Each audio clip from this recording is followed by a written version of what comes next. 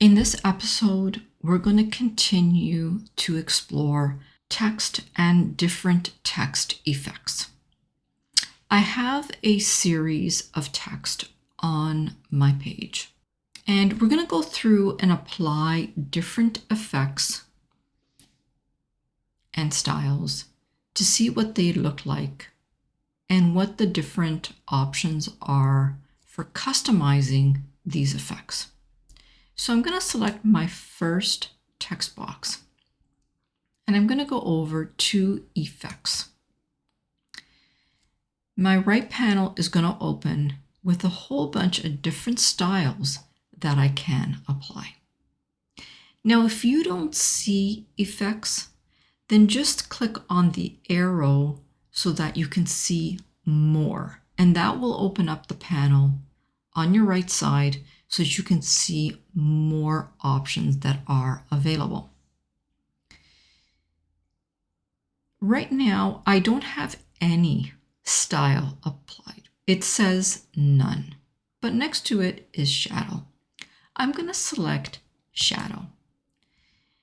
Now you'll notice that my text has this lighter blue shadow right underneath.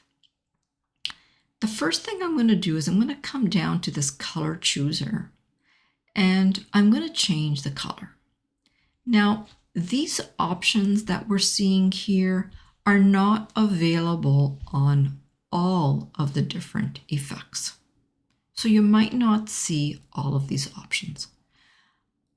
But I'll come here and I'll change the color. And for a shadow, I'm going to select black. Now you can select any color that you want. You don't have to select black. I'll click up here to close that color panel. And I'll start to toggle all these options. I'll toggle the transparency upward to make it more solid. And as we can see, that shadow is becoming a lot darker. I can toggle it down and that will make it more transparent. But I'll leave it like that. There's also an option for me to blur that shadow. And so it won't be so harsh. So when I toggle that upward, that shadow becomes more diffused. I'm not sure if you can see that, but I'll make it bigger so that you can see the difference between a sharp shadow and one that is more blurred and softened. And I'll leave it right there. Now the direction is the direction of the shadow. So if I wanted the shadow to come outwards from the left side, I just need to change the direction.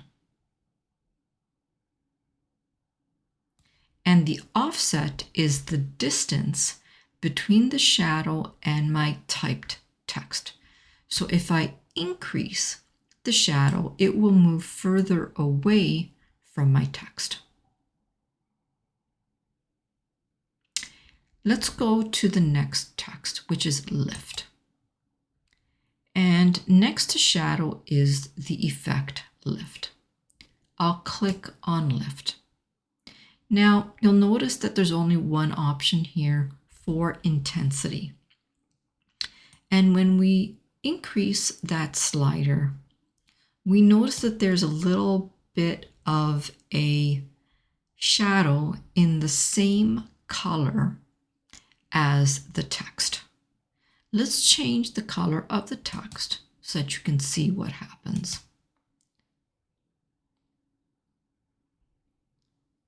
And I'll click back on effects for you to see that. So you can see that there is a kind of a shadow in behind that.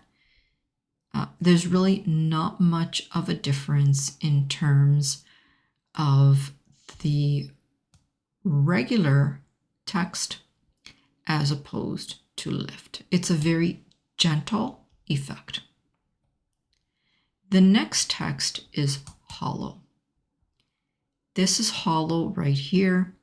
And as you guessed it, it just makes an outline around the word with the inside being hollow. So you'll be able to see things underneath hollow. I'll go to Elements and I'll go to my recently used, and I'll just grab something to place underneath that text word like this. So as you can see, it is hollow, transparent in the middle. Let's click the text box and let's go back to effects. Now with the hollow effect, you have one option that determines the thickness of the outer outline. So if I increase the thickness, it will increase that border. And if I decrease it, it will make it thinner. Let's move over to the next effect, which is splice. Splice is a combination of the hollow effect and the shadow effect. Let's see what that looks like. So this is what splice looks like. Now our options are to select a color, and we can change that color to anything that we want.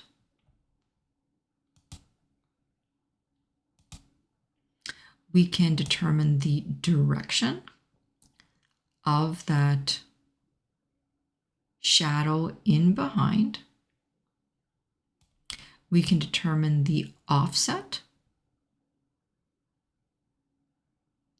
And we can determine the thickness of the outline of the word to make it thinner or thicker. The next effect is outline. And outline is a combination of no effect, but with an option to change the outline of the text. So when we click outline, we'll have the option to change the outline color. I'll change that to green and go back here. Now the only option available with outline text effect is thickness. So we can toggle that up to make it thicker, or toggle it down to make it thin. Let's go over to the next effect, which is echo. I'll select echo text and come over to the echo effect. And this is what echo looks like. Now it's kind of like a text with shadow, but there are two shadows underneath the original text. And we have the option to select the color to a different color. So we could change the color to a blue. And if you notice, there are two different shades of blue, one darker and one lighter. Now, if we go back to the settings for echo, we have the option to choose the direction of that shadow effect, and we have the option to select the offset. So we can tighten it up, or we can make it appear looser like that.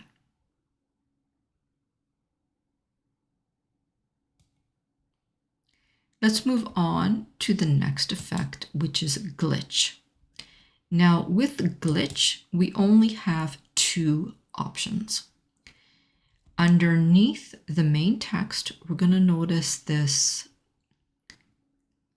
light blue, pink shadow, glitchy effect or we'll have blue and a bright red glitch effect.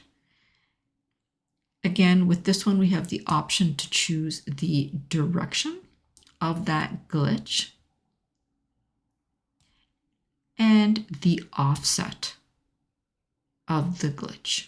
So we can see that the colors are going in separate directions as if to separate from that text. The next option is neon. Neon is a really cool effect. In my personal opinion, I feel that it is very underrated, and it's an amazing effect to use if you can use it properly. When we click on neon, there is only one option, and that's the intensity. We can control the color by controlling the color of the text. When we increase the intensity, we're making the inner part of the text brighter and whiter. If we decrease the intensity, we're making the inner part of the text more solid, with that glow in the same color in the background. So if we place a black shape in behind our neon text, let's take a look and see how that looks.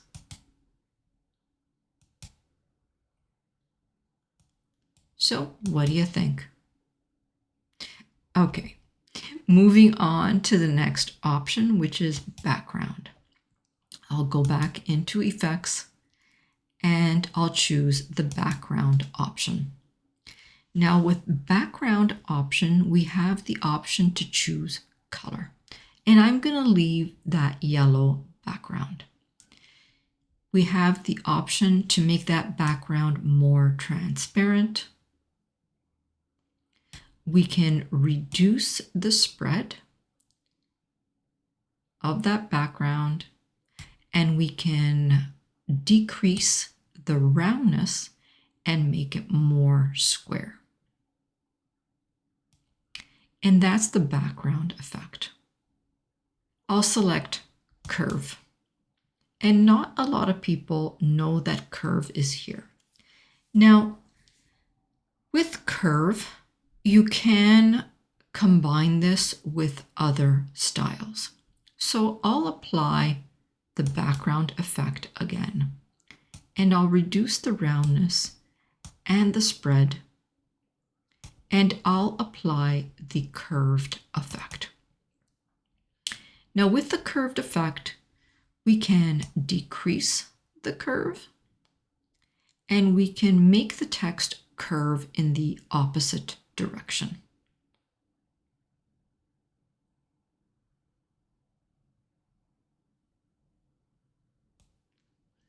And that is all of the text effects. I'll close this side panel. The next item next to text effects is animate. I'm going to scroll down to a new page, and I'm going to place some text on my workspace. And I'll double click in there or click in there and type animate. I'll make this a little bit larger just so that you can see it on my screen.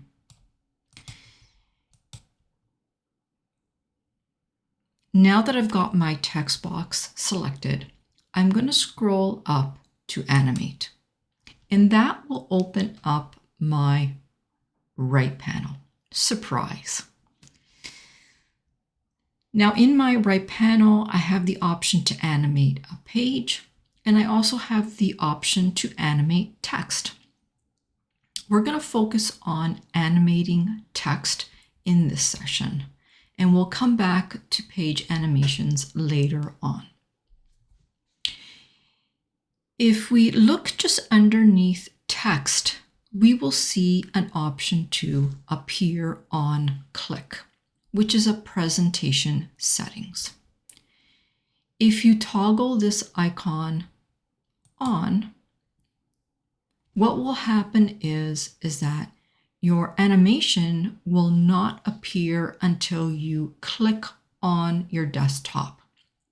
That way, whoever is viewing your presentation will get a chance to see how that element is animated when you click on your desktop or when you are ready to do that presentation. And there's also the option to determine the clicking order or the animation order in your design. Other than in presentation settings, this option doesn't really do anything. Below presentation settings, we'll have the option to create an animation. Now, this is a custom animation that you can create in Canva. I'll get back to this in a minute. There are so many different types of animations that you can select. These are all of the animations that are basic. There are animations that are writing customized. There are exaggerated animations. There are even motion effects. And all of these animations have different customizations. There's really too many here to go through each and every one of them, but let's select a few and see what the animation options are. I'll click Rise. Now, when I click Rise, just like when we were in text effects, we're going to have some options. And these options are going to change from one animation type to another. So Rise will take the text and make it rise up from its position, or it will rise down from its position. We also have the option to select the speed that happens. So right now it is slow. As I toggle this up to the right, that's going to increase the speed. You also have the option to animate on enter, on both enter and exit, or only on exit. Let's scroll down and let's select wipe. Now, wipe just makes the text appear from one end to another in slow motion. Again, you can toggle the speed of that animation. You can make it smaller or slower. You can change the direction up, down, from left side to right side. If we scroll down and select another one, there's also the option to animate like a typewriter. So when I click that, each letter appears on my workspace separately. Now with this animation, we have the option of animating both on enter and exit, only on enter, only on exit. We have the option to toggle the speed of that animation, and we can choose whether we want to animate a character or a word. And that will come in handy if you have a paragraph that you are animating versus a word. Now, if we scroll down, we can add a motion effect. And you can include a motion effect or combine motion effects with the basic animations. So right now I have rotate and I have writing selected. So both of them will work together. And with motion effects, we also have some options that we can toggle. When you have time, check out these animation effects and see which ones that you like the best. Let's go back up to the top. I had mentioned earlier that there was an option to create a custom animation. Now you'll notice at the bottom, we have an option to remove animations. So I'm going to remove animations so that we can actually create a custom animation. To create a custom animation, just click on this button and it will open up another panel. And all you have to do to create an animation is to click on your element and then move it around. And as you're moving it around, you're going to create a path. And it will stop automatically and then show you that animation. Now with custom animation, you have the option to determine the movement styles.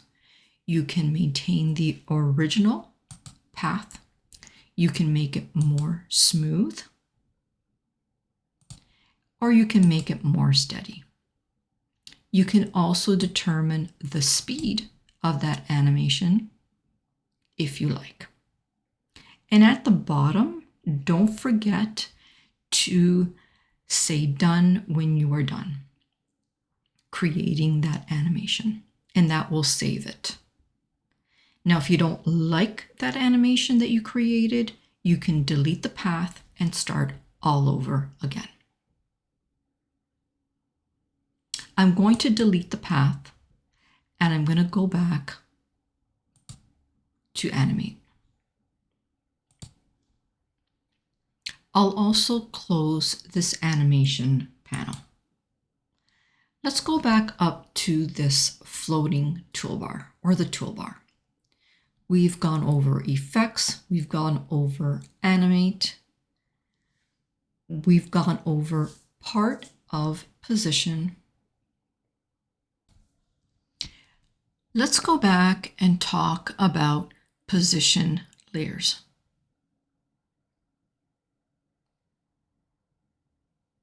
Now I've created a new page and I'm just going to scroll down to this page. And on this page, I have a whole bunch of text boxes that are placed on my workspace, some overlapping another. Let's go to position and layers. Now, previously we talked about position and layers and how it was essential to be able to navigate through position and layers. We can see that when we scroll down each element, it will be highlighted on our workspace with a purple box around it. And we can quickly grab items and move them to the top.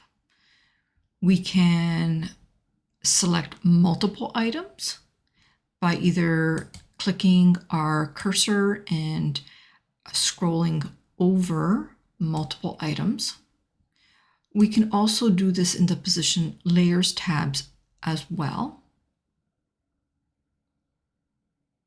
And when those items are selected, we can also move all of them at once to different layers in our design. From our position layers tab, we can also select items, multiple items. So for example, I've got one selected here, which is right here. And I can select two by holding down my Shift button and clicking on my mouse and clicking on my mouse button. I can also select the one in that area by holding down my Control button and clicking my left mouse button. And so now I've got one element selected here, and one down here. So I can select different items by holding my mouse button and control button, or I can select consecutive items by selecting the first one and holding down my shift button. So now we can see that 1, 2, and 3 items are selected. And if I wanted to deselect one, then I would do the same thing. I would just deselect one of the items by holding down my control button and clicking on my left mouse button. And now the 2 is not selected anymore. Now, why am I coming back to this again? I know I already spoke about this in a different session. It's because I want you to know that some of the things that we can do in layers, we can also do in arrange. Now, one other thing I want to note while we are in layers is that there is also a section here that will show you the layers that are overlapping only. So these layers overlap one another in one way or another. I'm going to close this and just select my workspace, and I'll go back into the Position Layers tab and show you that none of those elements are selected anymore. Let's go over to the Arrange tab. The Arrange tab is a little bit different. And right now I don't have anything selected, and that's why nothing is being highlighted in the Arrange tab. I'm going to select the 2. As soon as I select the 2, a whole bunch of items are going to be highlighted. And there are different sections in this area. So let's talk about the different sections in this area, and let's talk about the elements and the layers. Now, you're going to wonder, what's the difference between all of these buttons? And simply put, when we're selecting to go forward, we're only selecting to go forward one layer. So right now, my 2 is behind a 3, but it's in front of the 1. If I select to go forward, it's going to come up one layer above the 3. So I'll select the forward, and as you can see, it's now on the top layer. I'm going to go into my Layers tab, and I'm going to select the 1. Now, the 1 is right in behind the 2 and the 3. The difference between forward one layer and forward to the front, forward to the front will skip over all of the layers and go right to the front of my design. So when I select to the front, that one element will move all the way to the top instead of forward one element at a time. So I'm going to click that to the front, and that 1 is going to come right to the top layer, like that.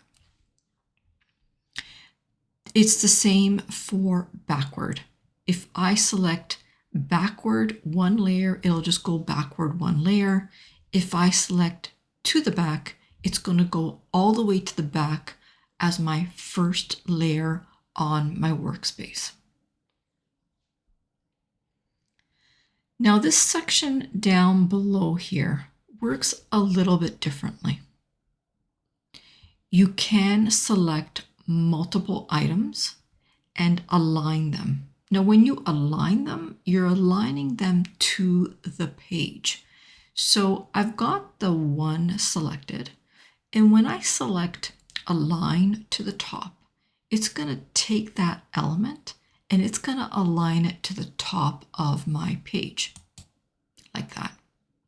Now, that element is aligned to the top of my page, And Canva is telling us that because that button is now grayed out. We can go further to align it to the left side. And we can also go further to align it to the middle of my page. Now note, if I place it in the middle or align it to the middle, it's that it will take that text box and align it to the middle of the page. So here it is right here. Now the one thing to note is that text box, and I'm going to move that up a little bit, and just make a notation that it is actually aligned to the left. So if I align it to the center, it will now be aligned in the center of the page. And I'm just going to make that green so that we can see it a little bit better. And I'll just close that and go back to the Position Layers tab. Let's go back up to our other page. And I'm going to move this like this and then move this over like this.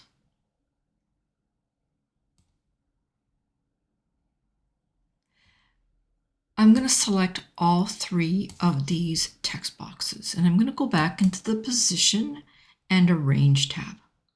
Now we're going to notice a new section. When we've got multiple items selected, you're going to notice that moving back or forward a layer is not available just under Arrange. You could probably still do it in layers by just clicking and dragging and moving things up or down, but you can't do it here in this area. You'll notice also that we can align these elements as a multi-selection to the top, to the left, center, middle, bottom, or right. And we've also got this new section in here called Space Evenly. And we have three options. We have the option to space these items vertically.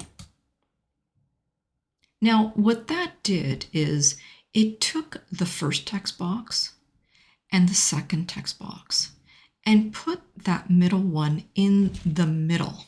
So it's kind of placed at the middle point between the first and last text box.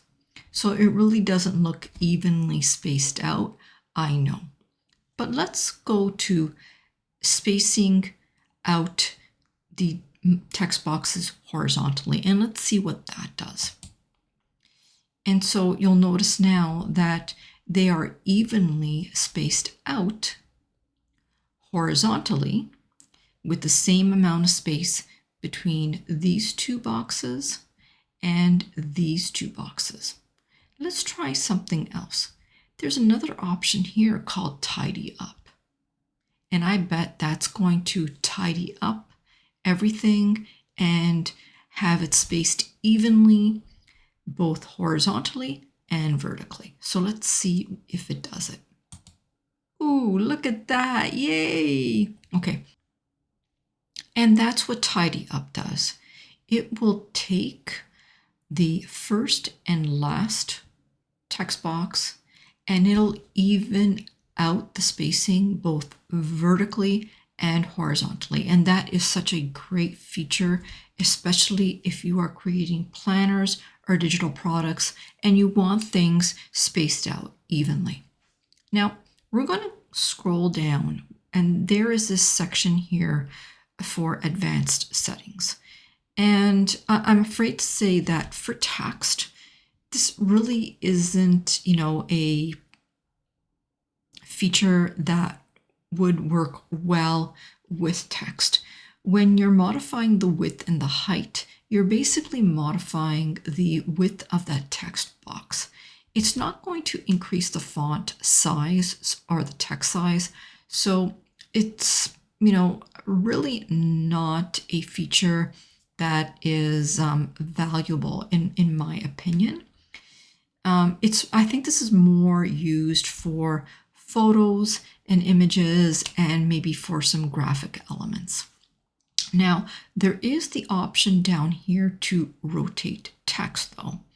And we can come in here, and if we wanted to rotate all three of these text boxes to 90 degrees or 45 degrees, we could do that as a grouped element right from here. So as we can see now, all of these text boxes are rotated 45 degrees.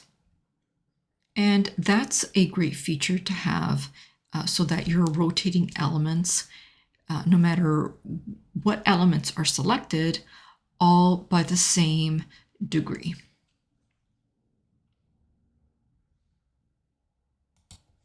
Now, to quickly rotate them back to normal, you can just come back into this panel, or if you've got other things that are rotated and you want them back at 0 degrees, you can just quickly come into the Position and Arrange tab and come right to the bottom and just place a 0 in there, and that will place them back to 0 degrees. Now, I want you also to take note that all elements, including text box, will have this rotate button. The rotate button looks like a circle with two arrows going around in a circle. And you can grab that rotate button, and you can also manually rotate an element however you like. And you'll notice that in the Arrange tab, you'll see that it has been rotated and the degree that it has been rotated. And instead of, getting frustrated, trying to bring it back to 0, and it's like it's going back and forth and you're going bonkers, just come back here and just say 0 and it'll set it back to 0. And that's pretty much all there is to know about the Position and Layers tab and the Arrange tab. Next to Position is Copy Style. And what Copy Style does is it will copy the style of your text onto another text element. So for example, if I changed this to be red, I could copy the style and I could apply it to another element. Like that.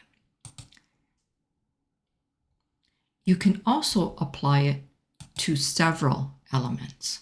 So if I select all of these, it will change it to appear like the style that I copied. Now, next to style, we're going to see a double arrow. Now, you might see all of these options in this order and then these arrows at the end, or you might see some with the arrows appearing midway. Either way, these two arrows signify that there is more that you can apply to the elements that you have selected. When you click these double arrows, the panel on the right side will open up. And some of the items in this right panel will be familiar to you already because they already appeared in that floating toolbar. So we're familiar with text effects. We have the text color, we have the font, we have text styles, we have text size, we have bold, italics, and underline. We have strike through, we have applying uppercase letters, we have the alignment, numbering, and the spacing. We have transparency, we have magic right, and shorten, which is also part of Magic Write. They just break it down here a little bit for you. And where you can see the option to see all, then you can see more available under this section, which happens to be Magic Write in this case. Underneath, we have Animate, we have Position, and if we scroll down, we see Copy Style, and we see Translate Text. What does Translate Text do? It will take the text that you have selected and translate it into a different language. Let's click on that and let's see how that works. So you'll notice that a panel on my left side has opened up, and it's broken down into Translate and Settings. Under Translate, we are able to select the language. So in here, I'm going to choose Italian.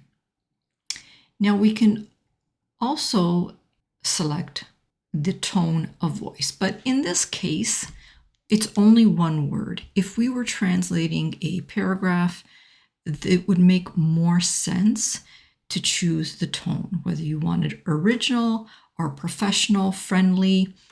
These are just different ways in which that text is going to be translated. Now you have the option to translate pages. So you can select the pages that you want to translate, or you can select the text on the page that you want to translate.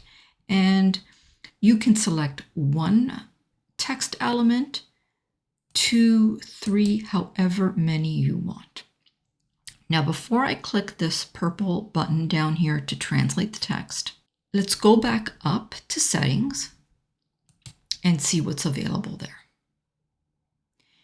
Now, there are two options available under Settings. There's the option to reduce the font size to make the text fit. And that will come in handy if you're translating a paragraph. Maybe you don't want to go over the page length, so you want to be able to reduce the font size to make it fit on that page. The second option is to duplicate the page when translating. And what that will do is it will keep the original copy of your page and then make a copy of your page with the translated text. Let's go back to the translate option. I also want you to just take note at the bottom that this is a pro feature and that you have up to 500 uses per month, and that will refresh every month, and it tells you when it's going to refresh. I'm going to go ahead and select the Translate button to translate the text elements that I have selected here. And here we have the result. These are the elements that it has translated into Italian. So we've got due, uno, uno, and that's about it.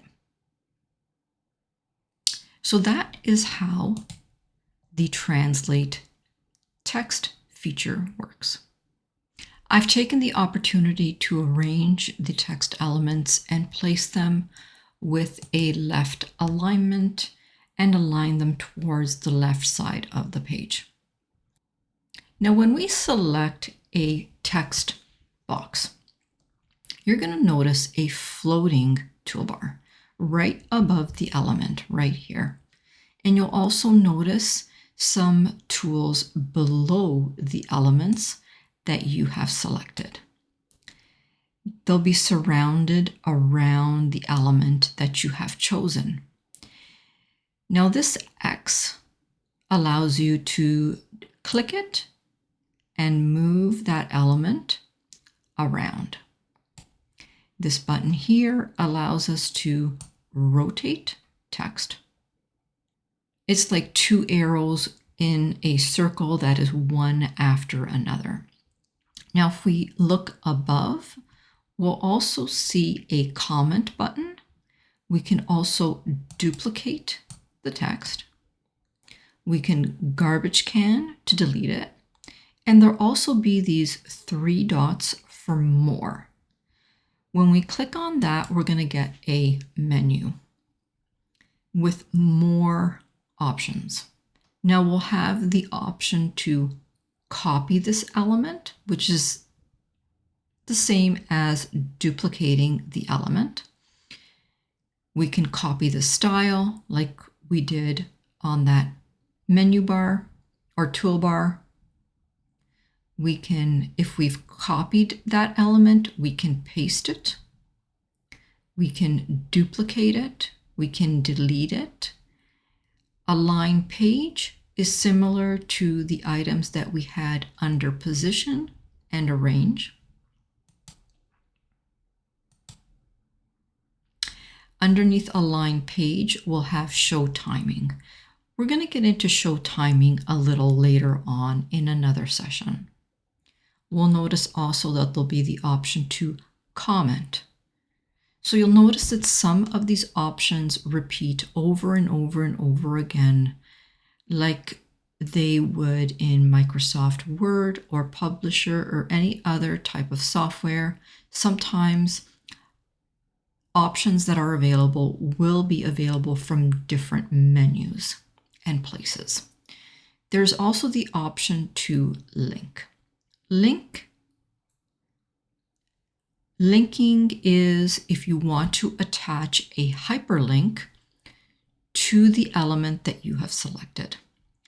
When you select link, you'll get an option to select either a page to link internally, and of course it would be more handy to name your pages so that you can quickly determine which page you want to link to. Or you can link to an external website.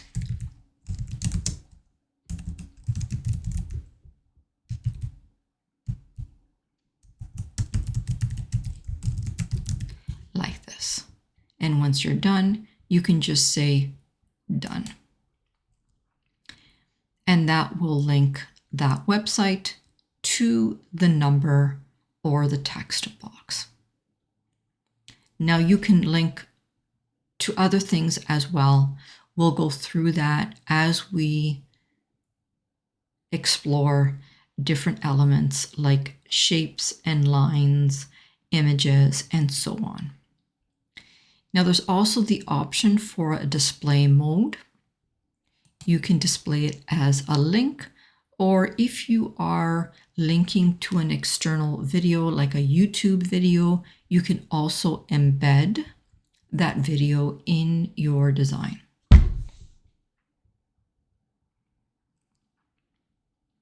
Let's go back to the menu. And underneath Edit Link, we have the option to lock. We can lock an element from moving, and we can lock an element from being edited. Now, locking an element, whether it's a text box or you're locking everything on your workspace, you cannot assign a password to it. So even if items are locked where they are on the desktop or in your workspace, someone can very easily just come to the lock option and unlock it. So it does have its pros and cons, but let's see how that works. When I click the lock button, I am not able to move this 3. I'm also not able to edit it.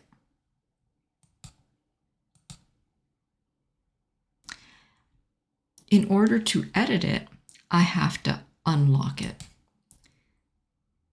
So now I can come in here and I can make an edit. So I can change this to there.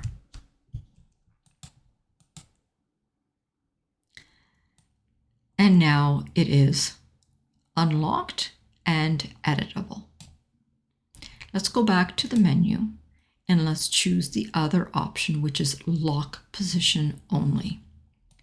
When I select that, the position of the element is locked, but I can click in there to change what that text box says.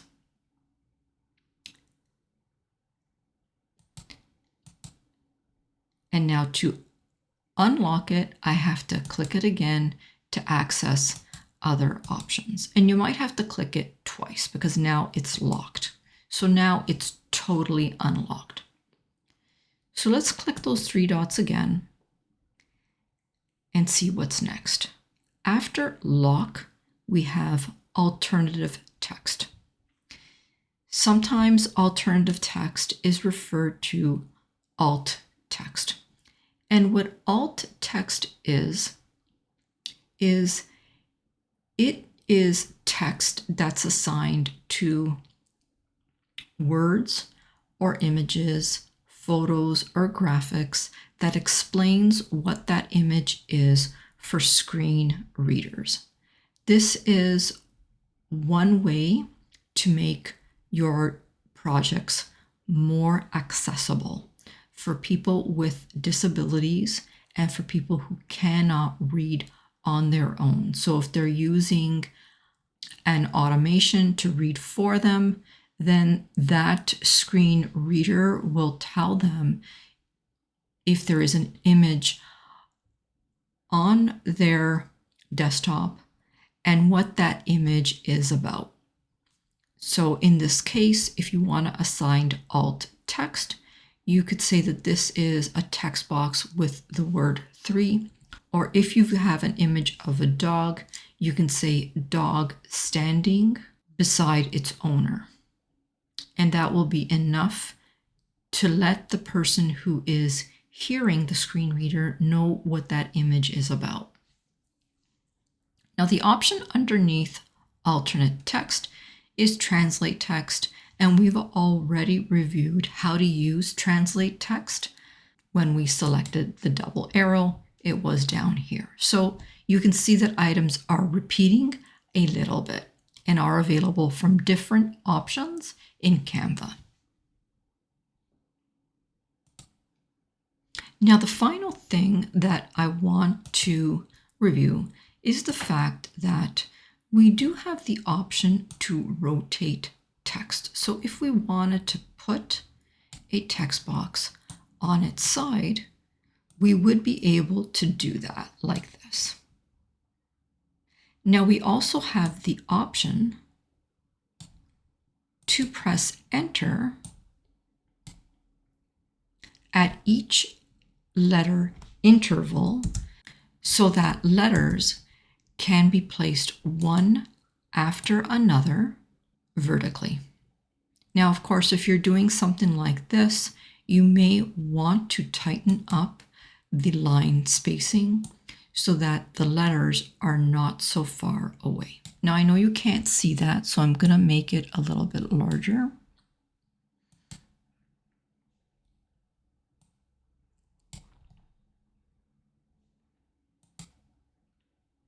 And as we reduce the line spacing, the letters become closer to one another. So these are two ways to make text vertical instead of typing it horizontally.